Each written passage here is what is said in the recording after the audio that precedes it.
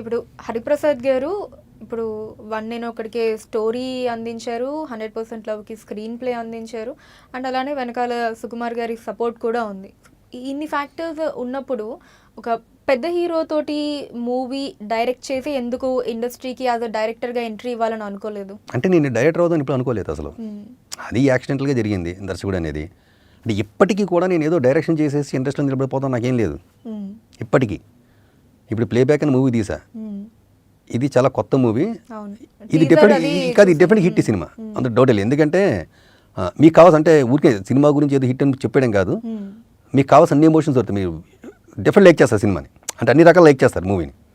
నాకేంటంటే నేనేదో రాసుకుంటూ పోతూ ఉంటాను అంటే నాకు ఒక విజన్ ఉండదు.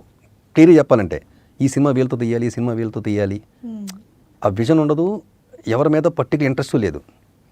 అంటే ఒక దాని ఏమంటారు, అది ఓ భాషలో చెప్పాలంటే ఒక సన్యాసి అనుకోండి ఆ టైప్ ఆఫ్ ఆలోచనలు. అంటే ఎప్పుడంటే ఇట్లా ఉండాలని ఎప్పుడు ఉండదు నాకు. నేను రాస్తూ ఉంటా, ఇప్పుడు కథ రాస్తున్నాను, ఈ కథ అయిపోయే టైంకి ఎలా సెట్ అయితే అలాగే వెళ్తాను సినిమా, అంతే. నేను పర్టికులర్ వెతుక్కుంటూ వెళ్ళను.